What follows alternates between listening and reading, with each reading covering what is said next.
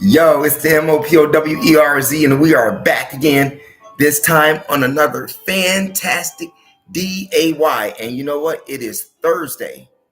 It is Thursday, you all. Let me see what I can do here. Yes, I think that's a little better. But anyway, I want to thank everybody that's out there viewing for your support, for all the information that you've been giving me. And I'm not talking about people that I don't know. I'm talking about people that I know on just things in life, not YouTube. That's a whole nother story. Anyway, we are still going on with the book entitled The Mis-Education of the Negro. We're still going over that book. And I tell you, if you missed out on the first chapter, go back and watch the first live, okay? Because that first live was a lot of information in there for you. And we're going to continue with that. The book entitled The Mis-Education of the Negro by Carter G. Woodson, okay? And Carter G. Woodson is in the thumbnail. And go check out the book, check out the material, and check out this video. But we're getting back to chapter 2 here. And chapter 2 is entitled How We Missed the Mark.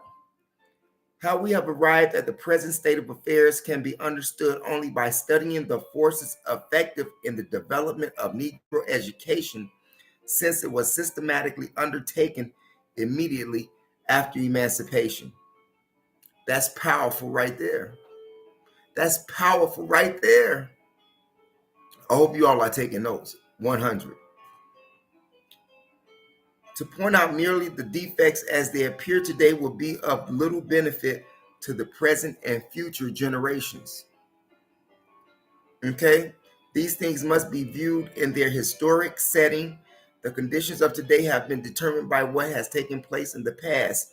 And a careful study of this history, we may see more clearly the great theater of events in which the Negro has played a part of and in. We may understand better what his role has been and how well he has functioned in it. The idea of educating the Negroes after the Civil War was largely a prompting of philanthropy. Their white neighbors failed to assume this responsibility. These Black people had been liberated as a result of a sectional conflict out of which their former owners had emerged as victims. You see how they flipped the switch?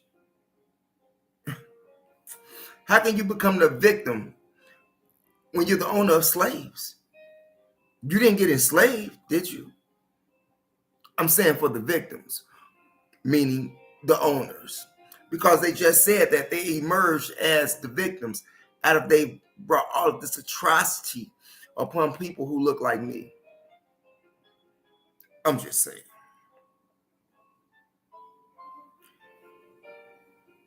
From this class, then, the freedmen could not expect much sympathy or cooperation in the effort to prepare themselves to figure as citizens of a modern republic. From functionaries of the United States government itself and from those who participate in the conquest of the secessionists, early came the plan of teaching these freedmen the simple duties of life as worked out by the Freedmen's Bureau of Philanthropic Agencies. When systemized, this effort became a program for the organization. Check this out. When systemized, this effort became a program for the organization of churches and schools and the direction of them along lines which have been considered most conducive to the progress of people otherwise circumstanced.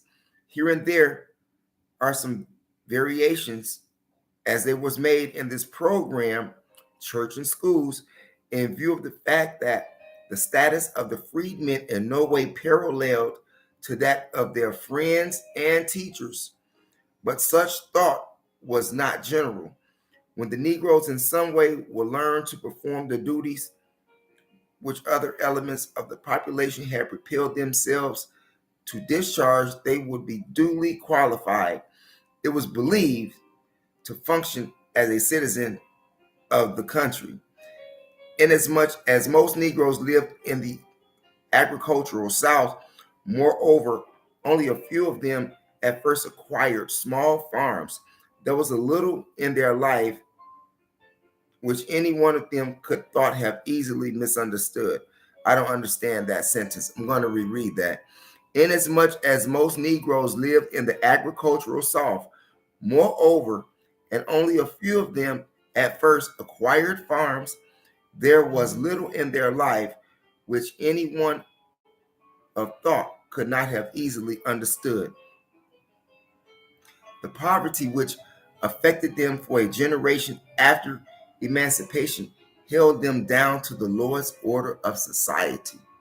Now, today, you got all of these rich black people, rich brown people,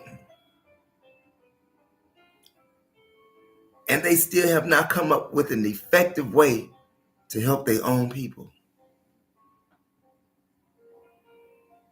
Sad.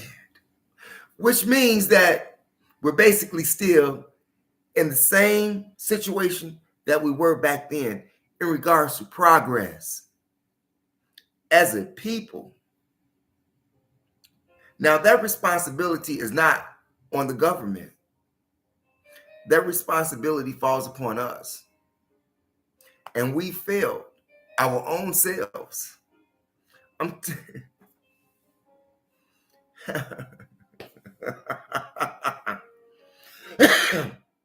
That's cold but true. The poverty which affected them for a generation after emancipation held them down to the lowest order of society, nominally free but economically enslaved. The participation of their freedom in government for a few years during the period known as the Reconstruction had little bearing on their situation, except that they did join with the uneducated poor whites in bringing about certain much desired social reforms, especially in giving the South its first plan of democratic education and providing a school system at public expense. Neither this inadequately supported school system,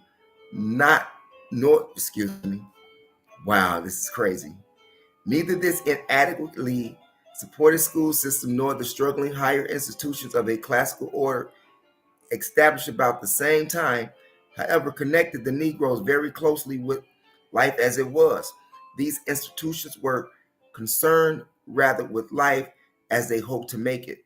When the Negro found himself deprived of influence in politics, therefore at the same time unprepared to participate in the higher functions in the industrial development of this country, began to undergo, it soon became evident to him that he was losing ground in the basic things of life. He was spending his time studying about the things which had been or might be, but he was learning little to help him do better with the task at hand, which was providing for themselves. And this is something that we're still struggling with as a people. We're still struggling. In fact, about it, hey, there was more unity among people who look like me during slavery and right after the emancipation. Think about that. Is that crazy? Am I making any sense to you all? Are you all seeing the light? Are you looking at the light? Are you looking at the bigger picture? Or is your mind too, must got a lock on it? Like the Mis-Education of the Negro. That's right. When you look up the book, you will find a lock band around the head of a woman. And then you'll find another book cover with Carter G. Woodson on it, and some more covers and some more covers.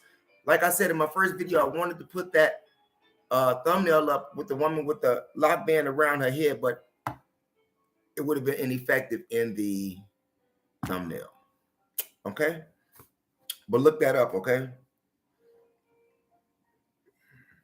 Since the Negroes believed that the causes of this untoward condition lay without the race, migration was attempted and immigration to Africa was again urged. Marcus Garvey. At this psychological moment came the wave of industrial education, which swept the country by storm. The educational authorities in the cities and states throughout the Black Belt began to change the course of study to make the training of the Negro conform to this policy. The missionary teachers from the North, in defense of their idea of more liberal training, however, fearlessly attacked this new educational policy, and the Negro participating in the same dispute arrayed themselves respectively on one side or the other. For a generation thereafter, the quarrel as to whether the Negro should be given a classical or a practical education was the dominant topic in Negro schools and churches throughout the United States. Labor was the most important thing of life. It was argued practical education counted in reaching that end, and the Negro worker must be taught to solve this problem of efficiency before directing attention to other things. Others, more narrow-minded than the advocates of industrial education, seized upon the idea of feeling that although the Negro must have some semblance of education, it would be a fine stroke to be able to make a distinction between the training given the Negro and that provided for whites. Inasmuch as the industrial educational idea rapidly gained ground, too many Negroes, for political purposes, began to espouse it, and schools and colleges, hoping thereby to obtain money, worked out accordingly makeshift provisions for such instructions, although they could not satisfactorily offer it. A few real industrial schools actually equipped themselves for this work and turned out a number of graduates with such preparations. But even today, where are the industrial schools? I know they took them out all in the hoods. Took out all of the real job training in schools that qualifies you to do electrical work, mechanic work. Hell, do you remember drafting in high school with the T-squares? They took all of that out as well. Anything that taught you self-sufficiency, they took away. I'm going to say that again. Anything that taught you self-sufficiency, they took it away. I'm just saying. Unfortunately, however, the affair developed into a sort of battle of words, for in spite of all they said and did, the majority of the Negroes, those who did not make some effort to obtain an education, did not actually receive either the industrial or the classical education. Negroes attended industrial schools, took such training as was prescribed, and received their diplomas, but a few of them developed adequate efficiency to be able to do what they were supposed or trained to do. The schools which they were educated could not provide for all of the experiences with machinery which white apprentices trained in factories had. Such industrial education as these Negroes received then was merely to master a technique already discarded in progressive centers, and even in less complicated operations of industry. These schools had no such facilities as to parallel the numerous processes of factories conducted on the plan of the division of labor, except what value such training might have in the development of the mind by making practical applications of mathematics and science. Then it was a failure. Did you all get that? I hope you got that. We're going to keep going, okay, YouTube? The majority of Negro graduates of industrial schools therefore have gone into other avenues, and too often into those for which they have had no preparation whatsoever. Some few who actually prepared for the industrial spirit by itself in self-improvement likewise saw other occupations for the reasons that Negroes were generally barred from higher pursuits by trade unions and being unable to develop captains of industries to increase the demand for persons in these lines, the Negroes have not opened up many such opportunity for themselves, even though we are the richest slaves on the planet. Wow. And you say that you know better, but we're not doing better, which means we have a mental problem as a whole. We have a mental problem as a whole. We are maladjusted as a whole because there are many who are conscious yet can't get the support that they need from their own so that they can help develop a strategy, a system, something for their people, but they get no support from their people. And when they do finally get some support, the ops try to make the person look bad, slander their character, bring false accusations against them, and so forth, until they place this image, a bad image, of the person who's actually trying to help their own people, and their own people listen to the ops, which ultimately kills who?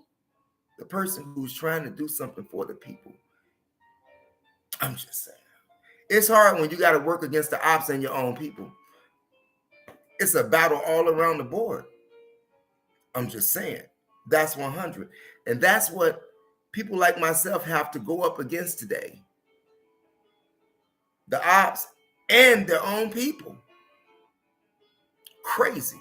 Not to mention, let's get back to the story. During these years, too, the schools for classical education for Negroes have not done any better. They have proceeded on the basis that every ambitious person's need a liberal education, when as a matter of fact, this does not necessarily follow. The Negro trained in the advanced phases of literature, philosophy, and politics has been unable to develop for in using his knowledge because of having to function in the lower spheres of the social order. Now, I just said that, didn't I? I'm ahead of the book. Advanced knowledge of sciences, mathematics, and languages, moreover, has not been much more useful except for the mental discipline because of the dearth of opportunity to apply such knowledge among people who were largely common laborers. Moreover, has not been much more useful except for mental discipline because of the dearth opportunity to apply that knowledge. To the extent with such higher education had been successful in leading the Negro to think, which above all is the chief purpose of education, has merely molded or made him more of a person who is malcontent when he can sense the drift of things and appreciate the impossibility of success, envisioning conditions as they really are. It is very clear, therefore, that we do not have in the life of the Negro today a large number of persons who have been benefited by either of the systems about which they have quarreled about so long for. The number of Negro mechanics and artisans have comparatively declined in the last two generations. The Negroes do not proportionately represent as many skilled laborers as they did before the Civil War. If the practical education which the Negro received helped to improve his situation so that it is today no worse than what it is or was, certainly it did not solve the problem as it was expected to. Now, like I said, this book was written back in 1933, and the book is still true. You can't deny that. Don't argue with me. Argue with Carter G. Woodson. And I don't think you can do that. You can't. The facts are in your life every day. especially if you look like me.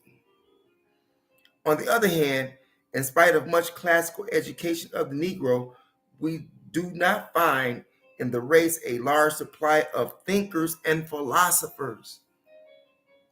They don't want you to be thinkers.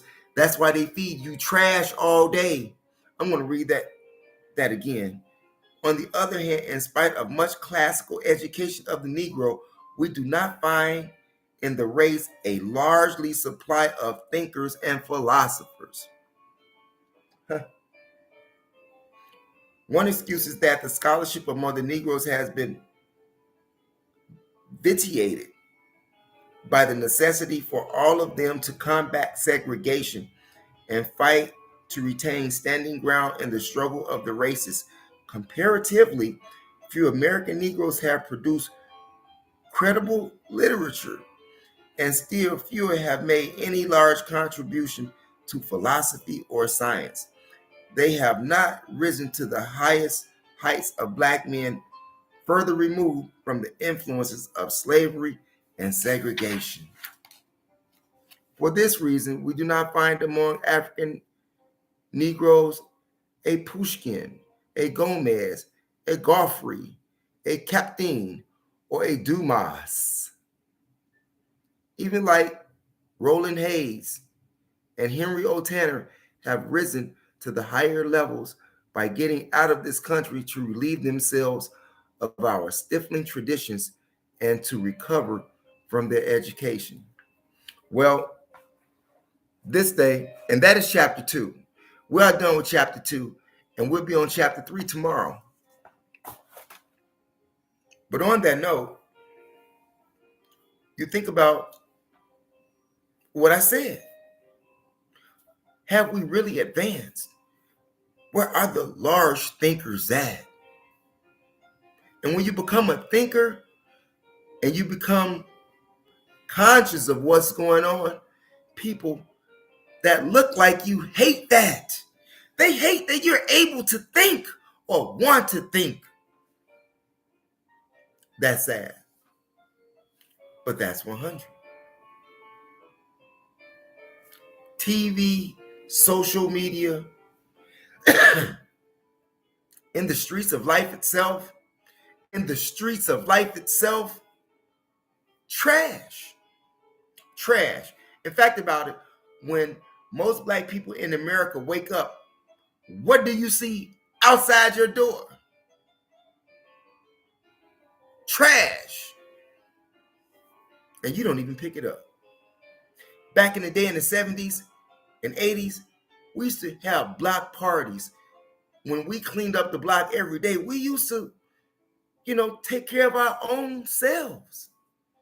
We did that. Even the gangbangers helped sweep up the blocks back in the day. And if you really wasn't from that neighborhood, they didn't feel like you should be over there anyway. Back in the day, and that's how gangs got formed. But anyway, another story. We were self-efficient back then. We had more back then than we do today. For those of you all who didn't have the privilege of growing up in a home with both parents, where family had fabric, no drugs, if you didn't have that, the U.S. government is not sorry for you. Did you get that? The U.S. government is not sorry for you. However, you should feel sorry for yourself. It takes a village to raise a child. But we treat each other like beasts in human form, with no respect for life. And that's sad. You think about that. It's your brother, the MOPOWERZ, where knowledge is power. Remember, it is your third eye that makes you shine like jewelry. And if you haven't done so already, press the subscribe button below. View the videos and hit the notification bell so that you can get all the new videos that I upload on YouTube. Yeah. And go check out my other channel, the THEMOSHOW Chicago. That you're going to find some trash over there. You are, because it's rappers and rap videos and Chicago street clips. Yeah, you'll find that over there. But if that's what's needed to help you get over here, great. I'm just saying. But we'll be back later on tonight, you all. Remember, share the information. Hit the like button. Tell your families and friends about the Miseducation of the Negro. Watch the videos. It's worth watching. It may save your life, and it could increase your value as a human being. Thanks for viewing. You all, peace out. And by all means, never ever give up on your dreams.